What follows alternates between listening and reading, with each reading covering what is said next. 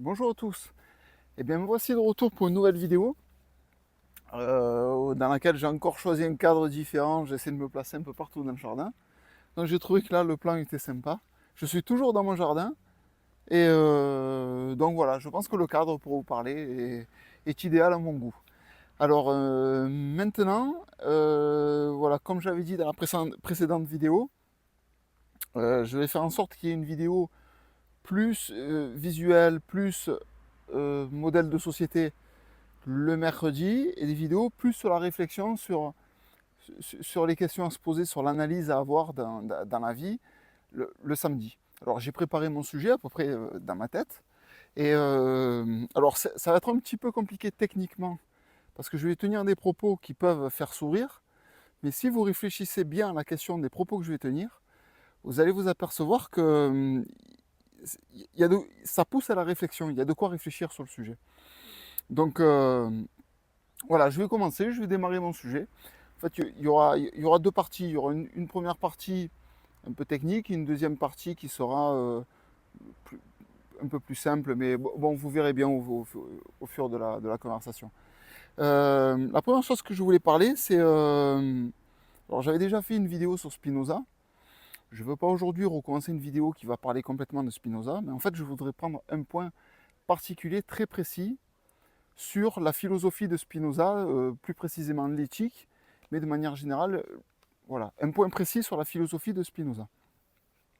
Spinoza nous explique, pour tous ceux qui ont lu Spinoza, ils vont reconnaître le propos, hein, que la vie est faite pour persévérer dans son être. Persévérer dans son être, c'est quelque chose qui s'accroche à la vie. La vie est constituée de ce principe, cet élément cette analyse représente vraiment bien la vie, comment dire, le sens de la vie en lui-même. Et il n'y a pas besoin d'être super sophistiqué pour comprendre ça. Quand par exemple, vous voyez que l'hiver se termine, que le printemps arrive, et que justement la végétation prend place, les oiseaux nichent, les animaux s'accouplent, euh, si vous observez bien le monde autour de vous, vous vous apercevez que la vie reprend sa place. Après un vide par rapport à l'hiver, imaginez les zones où il fait très froid, comme ici en Pologne, ben vous apercevez que la vie s'arrête. Mais dès qu'il arrive le printemps, les beaux jours, le temps favorable, toute la vie se met en marche pour persévérer dans son être. Les fleurs bourgeonnent, dégagent du pollen, pour inciter les abeilles à butiner, à propager le pollen et à se multiplier. Les animaux s'accouplent au printemps pour que durant l'été, les petits naissent et grandissent et puissent attaquer l'hiver en étant adultes. Et si vous regardez bien la majorité de la vie, de la manière générale sur Terre, la vie est faite pour persévérer dans son être. Donc en fait, pourquoi je vous parle de ça? Enfin, c'est une critique que je voudrais faire, la réflexion est là, c'est que la vie en elle-même, je me répète, hein, mais c'est très important, la vie en elle-même est faite pour persévérer dans son être. Et on s'aperçoit qu'au sein du monde de la vie, il y a une certaine espèce qui a décidé, par idéologie différente ou quoi que ce soit, qui a décidé de ne pas persévérer dans son être. C'est-à-dire qu'aujourd'hui, vous avez surtout, alors là c'est bon, je pense que vous voyez où je veux en venir, alors surtout, pour moi le grand cliché, c'est l'Europe de l'Ouest. Vous avez, allez, pour faire au plus simple, pour nommer au plus simple, vous prenez l'Angleterre, la France, l'Allemagne, cette zone-là qui pour moi est bien touchée, vous vous apercevez que la population de ces zones-là est touchée par un syndrome, par un comportement de vie, une façon d'être, qui fait que les êtres vivants qui peuplent cette zone-là ne persévèrent plus dans leur être. C'est-à-dire que vous avez des gens, je dis, c'est pas dans l'absolu, c'est une généralité, mais c'est au moins 50% de la population, moi je dirais, voilà, grosso modo. Mais vous avez une majorité de la population qui ne souhaite plus persévérer dans son être ou ne serait-ce qu'au minimum, vraiment au plus bas. Et vous avez beaucoup de gens qui décident par exemple de ne pas avoir d'enfants. Voilà, là j'attaque le sujet. Vous avez des gens qui décident de ne pas avoir d'enfants. Vous avez des gens qui décident les droits de l'homme, qui décident la société des libertés. Ma liberté commence là où s'arrête celle des autres. La société de consommation. Et vous apercevez que dès que les gens adhèrent à ce modèle de société, ils perdent quelque chose qui existe dans tout ce qui est vivant sur la planète. Tout ce qui vit sur la planète est concerné par le principe de persévérer dans son être. Et vous avez quelque chose d'incroyable, d'exclusif depuis que la vie existe sur Terre, des êtres qui ont décidé de favoriser quelque chose d'autre par rapport à persévérer dans son être. Il y a quelque chose qui est devenu plus important que persévérer dans son être. Et ce propos, il est hallucinant, et c'est pour ça que j'avais fait une vidéo sur Spinoza, parce que Spinoza, il indique tout. C'est compliqué, mais il y a des vidéos explicatives sur YouTube.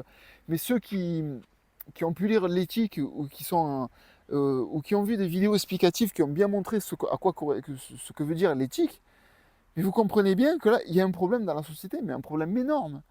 Et c'est la base du problème, elle est là. À partir du moment où on est sorti du principe instinctif, du principe de vie originel, et qu'on est rentré dans une idéologie de vie qui a ses valeurs, parce que les gens qui sont dans cette idéologie se croient dans le camp du bien, ils croient qu'ils ont raison, ils croient que la vérité est en eux.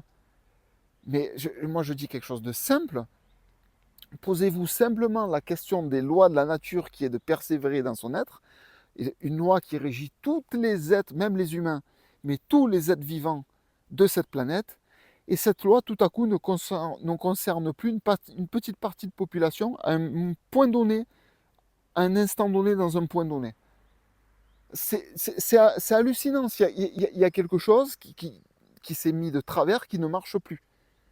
Donc, vous avez donc ce truc-là qui est en place, et ben c'est le progressisme. Ces gens qui sont certains d'être au-dessus de tout, d'avoir tout compris, d'avoir la meilleure idéologie du monde, d'être ceux qui sont placés au-dessus, qui sont les gens dans le camp du bien, qui sont les bonnes personnes et qui font face. Vous prenez les antifas, ce sont des gens, ils se considèrent comme des combattants face aux mauvaises personnes. Et ça, c'est pour ça, mais j'aimerais vraiment que cette vidéo soit vue par des gens qui sont un petit peu progressistes, ou beaucoup, mais carrément. Et j'aimerais leur point de vue sur ce sujet. Qu'est-ce que vous pensez de ce truc-là qui est, depuis que la vie existe, ben, le principe c'est persévérer dans son être. Et au jour d'aujourd'hui, ben non, pour une frange de la société, tous ceux qui sont un peu marginaux, ou alors le droit de l'homme, toutes ces choses-là, ben, vous apercevez que ces gens-là, eh ben, leur intention c'est profiter de la vie. On n'a qu'une vie, il faut vraiment s'en mettre plein les yeux. L'égoïsme, l'hédonisme. Alors le seul but de la vie, c'est d'avoir une vie magnifique, sans aucune contrariété par rapport à nos objectifs. Mais la vie, c'est pas ça. Et voilà, je voulais vraiment appuyer ce premier point sur le fait que la vie est créée dans l'unique but de persévérer dans son être. Et quand vous voyez des gens que leur intention n'est plus de persévérer dans leur être, c'est-à-dire se maintenir en vie dans les meilleures conditions, par exemple, si vous prenez des jeunes qui fument des drogues du matin au soir, ben là, ils sont complètement en décadence. Ils sont dans l'opposition complète de persévérer dans son être. Aucun être vivant ne fait ça sur Terre. Ne fait quelque chose qui le rend un plus addictif et qui le pousse à se détruire. Personne ne fait ça. Et l'humain fait ça. Et, et après, l'idéologie de se dire, eh bien, j'ai qu'une vie, je profite. Les enfants, on verra peut-être à 40 ans, et encore, je ne sais pas, peut-être qu'on ne verra pas. Mais là, il y a une défaillance totale avec les règles de la nature, vraiment l'instinct naturel de la vie. Il y a une déconnexion de la vie. Pour moi, ce sont des idéologies de mort. Parce qu'à partir du moment où il y a une déconnexion de la vie, on rentre dans la mort. Imaginez par exemple les LGBT. Si le monde est uniquement fait de personnes LGBT, la vie s'arrête. Donc tous ces trucs-là, c'est des idéologies de mort. Donc tous ceux qui pensent que je suis du bon côté parce que la raison, les lois de la raison, les lois de la nature, je suis convaincu que le bon côté est là. Parce que ce sont des lois qui ne se discutent pas, qui s'appliquent. Parce que dès que vous faites ce que vous voulez, après vous pouvez ne pas les appliquer. Mais si vous ne les appliquez pas, ben, il y aura des conséquences. Vous allez vivre des conséquences à la non-application des lois simples de la nature. Pour les animaux, il n'y a pas de souci, parce qu'ils ont, pour eux-mêmes, ils n'ont pas besoin d'intelligence, ils n'ont que l'instinct. Alors les animaux, ça fait des petits toute l'année. Regardez, je ne sais pas moi, vous allez en centre-ville, n'importe quelle ville, vous regardez les pigeons, regardez le comportement des pigeons.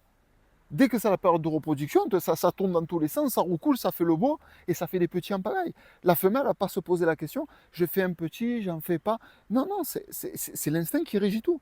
Alors nous avons le libre arbitre, donc voulons-nous devenir des gens qui sortons du droit chemin, qui devenons des décadents, ou essayons plutôt de nous raccorder à ces principes de vie qui est l'avenir, qui est l'avenir de la vie en fait. Alors si nous nous accrochons à ces principes, un avenir se dessine pour nous. Si nous rejetons ces principes, eh ben il n'y a plus que la mort devant nous. Donc voilà, c'était ce principe de persévérer dans son être. Ensuite, deuxième sujet, je voulais parler de quelque chose. Alors là, je m'adresse vraiment aux patriotes ou ceux qui sont convaincus du patriotisme. Et je voulais parler avec eux de quelque chose de très compliqué que tout le monde doit constater, qui est la liberté d'expression qui est encadrée.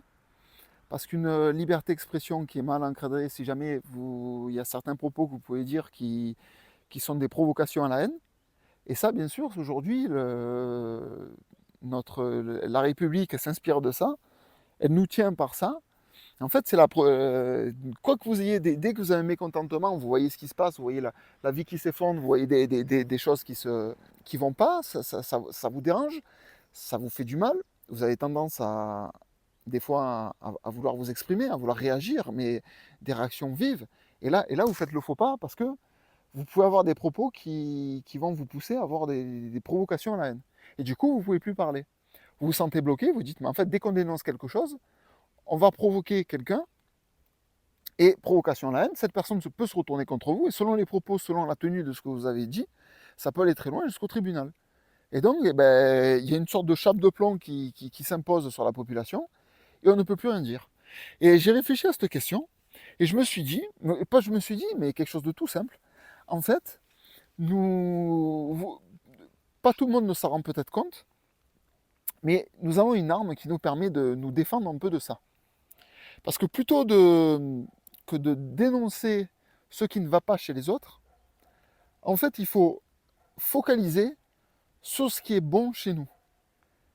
En fait, il ne faut pas viser un inconnu, un étranger ou quelqu'un qui nous fait défaut. Il faut plutôt chercher à promouvoir ce que nous sommes. Un exemple tout simple.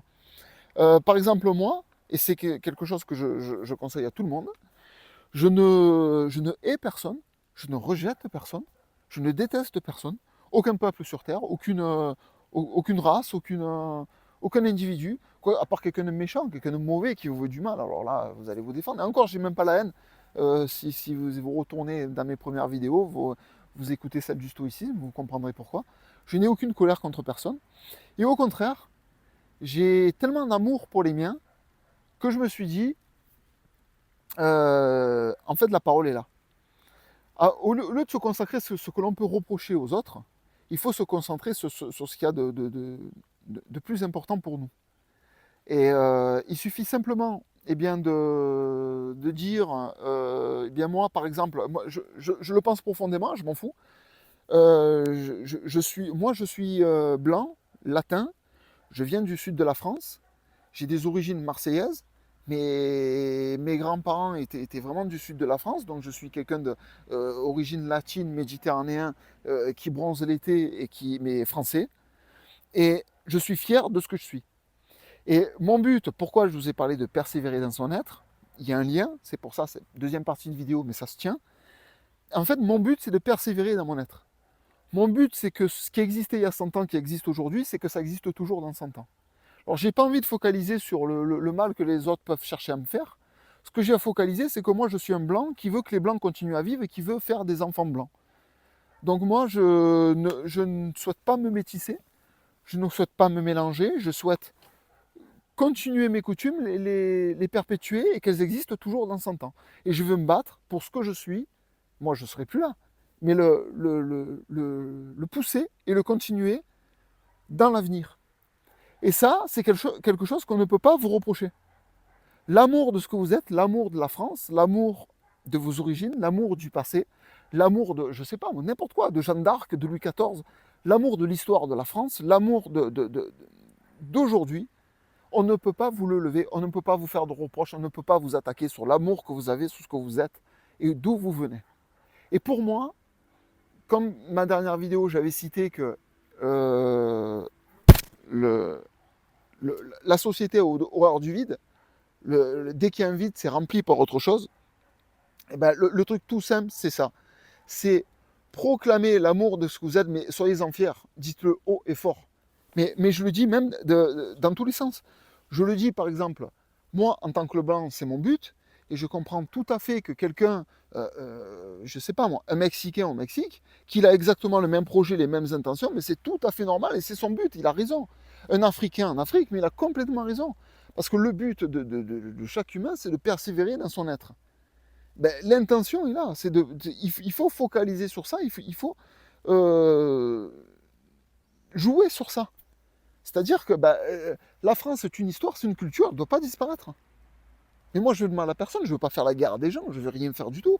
Moi, je veux juste remplir l'espace autour de moi et montrer ce qu'est la France. Et je pense que pourquoi je dis ça, c'est vraiment ce que devrait faire le commun des gens. C'est vraiment sur quoi devraient focaliser les gens. Ils devraient être fiers de parler comme ça et de dire, voilà, moi je suis blanc, je suis fier d'être blanc. Et tout comme un noir peut être fier d'être noir, un musulman doit être fier d'être musulman, un asiatique doit être fier d'être asiatique, etc. Et après, il se fera ce qui se fera. Moi, je suis contre la guerre, je suis contre quoi que ce soit. La France, elle est en train de s'écrouler, elle est dans une décadence pas possible. Il y a des découpages de population, enfin, il y a des trucs comme c'est pas possible. Si nous ne défendons pas ce que nous sommes et que nous ne souhaitons pas, par amour, démultiplier ce que nous sommes, ça va s'éteindre, ça va disparaître. La seule arme qui nous reste aujourd'hui, c'est de proposer un avenir de fierté de ce que nous sommes et le clamer haut et fort. Si vous ne clamez pas haut et fort ce que vous êtes, c'est la seule arme qui nous reste. Vous n'avez aucune autre solution d'essayer de trouver autre chose pour enfin espérer un avenir pour ce pays. Et ça, vous pouvez dire, on ne peut pas vous attaquer sur ça. On va vous attaquer sur la haine des autres. On va vous attaquer dès que vous touchez une communauté. On va vous attaquer dès que, parce que promotion de la haine, vous allez créer la haine chez l'autre, il y aura une réaction, c'est l'escalade, Non, mais l'autre, il fait ce qu'il veut. Moi, je sais ce que j'ai à faire.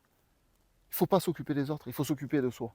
Et quand vous remplissez l'espace autour de vous, il n'y a plus de place pour autre chose. Retenez bien ça. Mais l'arme est là, en fait. Il faut remplir l'espace autour de nous pour qu'il n'y ait pas de place pour autre chose. Je vais vous donner un exemple tout bête, et j'arriverai à la conclusion de ma vidéo. Un exemple vraiment idiot qui ne sera peut-être pas partagé par beaucoup de monde, mais vous verrez quand j'arriverai à la réflexion de cet exemple, vous allez vous poser des questions. Que vous soyez croyant, athée ou agnostique ou quoi que ce soit, on s'en fout. Vous aimez la France, vous aimez sa valeur, son origine chrétienne, vous aimez exactement ce qu'elle représente. Eh bien, imaginez que demain, vous avez, je ne sais pas moi, 50% de la population française qui va à l'église tous les dimanches. Mais alors, même pas par croyance, par rituel, parce que c'est la France, c'est comme ça, il faut aller à l'église. Mais alors, on se retrouve à un point où il n'y a plus de place pour s'asseoir dans les églises, tous les dimanches. Et c'est rempli par des gens de 20 ans, de 25 ans, de 30 ans, de 40 ans, tous les âges, jusqu'à des retraités, des enfants. Il y a des familles avec plein d'enfants qui viennent, qui remplissent les églises. Le curé, il ne sait même plus où asseoir les gens. Imaginez que demain, nous créons une société pareille, parce qu'ici, je ça se palpe. Il y a pratiquement 50% de la population qui va à l'église. Alors, imaginez en France un truc pareil qui se passe, eh ben, que vous croyez en Dieu, que vous ne croyez pas en Dieu, le problème n'est pas là. Le problème, c'est qu'il y a une cohésion euh, sociale entre un bloc d'individus qui se ressemblent et qui manifestent sa présence et qui ils sont. Et à partir de là, eh ben, il y a une sorte de démonstration de force qui fait que face à ça, on ne peut pas faire n'importe quoi, on ne peut pas se comporter n'importe comment, il ne peut pas se passer n'importe quoi. Essayez de comprendre ça. Je sais que je vais toucher une toute petite partie de la population. Je sais que je vais toucher peut-être, je ne sais pas, si cette vidéo fonctionne comme la précédente, je serai le plus heureux. Peut-être 800 personnes et 1000 personnes, allez, soyons fous. Je vais toucher 1000 personnes. C'est rien, à moins que mes propos vous intéressent, que vous ayez vraiment envie de les partager autour de vous. Mais si jamais mes propos toucheraient, je sais pas, 20 millions de personnes et que les gens se diraient, mais oui, c'est ça qu'il faut faire, on va faire l'effort, on va tester ce week-end, on va aller à l'église, bah, ça serait quelque chose, mais si vous réfléchissez bien à la question, ça serait quelque chose d'impressionnant. Quoi que vous pensiez de l'église, on s'en fout. L'église, en fait, structurellement, c'est quelque chose qu'il a depuis 1000 ans. J'arrondis les bords, 1000 ans, bon, vous m'avez compris. Bah, allez, on va, par respect bah, pour cette église de laquelle on descend, ben on va faire l'effort, on va y aller, on va donner 1 heure de notre temps à ce truc-là. Et vous allez voir que ça va changer les choses. Ça changerait. Si demain il y a 50% de la population française qui fait ça, ça va changer les choses. Et en fait, le truc, il est là. C'est que la société française, elle est éclatée. Mais alors là, elle est éclatée entre des gens politiquement. Maintenant, elle est éclatée ethniquement. Enfin, tout est fait pour qu'il y ait des petites portions de personnes à droite. Et le piège est là. Le piège est là, ça c'est la destruction de ce pays. Donc, essayez de trouver un point commun entre tout individu. Moi, je pense que toute personne qui a des tendances un peu progressistes, réfléchissez bien sur cette question de persévérer dans son être. Et dites-vous si vous êtes en adéquation avec ça. Si ce n'est pas le cas, eh ben, c'est que vous êtes dans une idéologie de mort. Donc, être vivant dans le but d'atteindre la mort, pour moi, il y a une incohérence totale. Voilà, je reviens sur mon premier propos, mais ça, c'est vraiment le propos le plus important que je voulais tenir ce soir. Donc voilà, j'arrive au bout de ma vidéo de ce week-end. J'espère que les idées que j'ai fait ressortir, j'espère que ça vous a intéressé, j'espère que j'ai pu partager quelque chose avec vous. J'en profite pour vous demander de continuer à me soutenir. J'ai vu que beaucoup de personnes se sont abonnées. J'ai eu beaucoup de commentaires. Ma dernière vidéo, celle de samedi dernier, a bien marché. Donc je pense que je vais pousser un peu plus ce genre de vidéo. Je vais essayer vraiment de trouver les sujets qui sont intéressants, qui poussent à la réflexion, à l'analyse, à l'échange. J'attends d'ailleurs vos propos, j'attends que ça parce qu'un commentaire, c'est utile pour mes vidéos. Mais en plus de ça, si vous avez envie de vous manifester, que vous avez envie d'exprimer vos idées, les contradictions même, hein. J'adorerais que quelqu'un qui soit dans l'opposition de mes propos, qui me réponde, qui me dit non, mais tu comprends pas. Tant que c'est des propos constructifs, mais alors moi, tous les messages sont les bienvenus, sincèrement.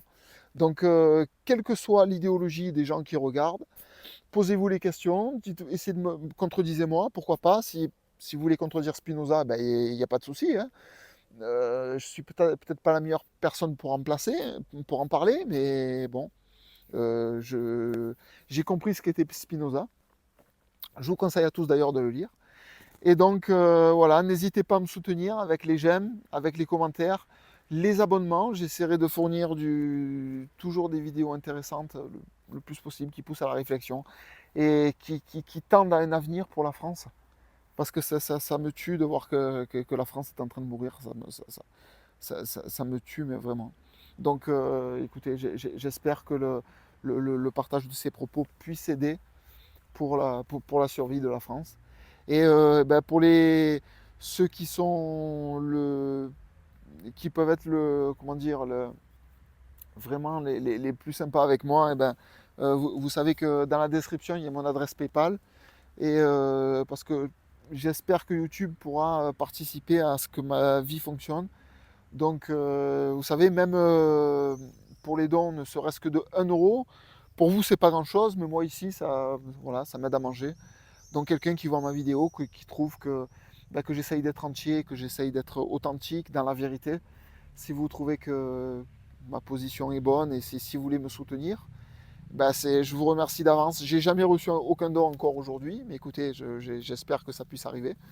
Donc voilà, même 1 euro symbolique, pour moi, c'est quelque chose d'énorme. Donc je vous remercie beaucoup de votre soutien depuis parce que ça évolue, ça augmente, et je vois que beaucoup de personnes écrivent et me soutiennent et tiennent des mots. Donc vraiment, un très grand merci, un énorme merci à tous pour votre aide. Et je vous dis à très bientôt pour une prochaine vidéo. Au revoir.